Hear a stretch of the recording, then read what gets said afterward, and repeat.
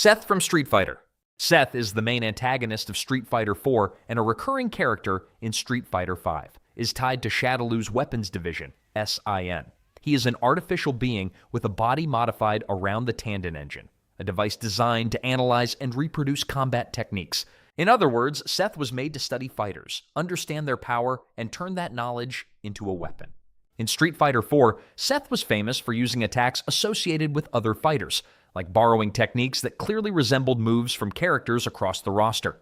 In Street Fighter 5, that idea became more direct with Tandon Engine, Seth's V-Skill 1, which allows Seth to use the opponent's abilities.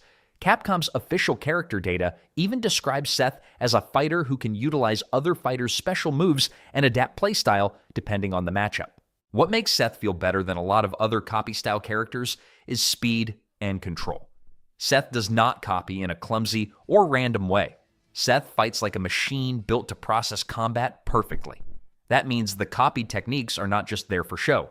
They fit into an aggressive, flexible fighting style. Seth can pressure, mix up the opponent, and quickly turn stolen knowledge into offense. And Seth is not alone in Street Fighter when it comes to imitation. 12 is another artificial fighter known for changing its body and mimicking attacks, using shape-shifting in a more unstable, experimental way.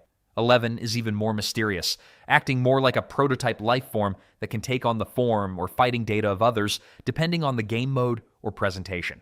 Compared to them, Seth feels more complete and more controlled, and the imitation of a finished weapon.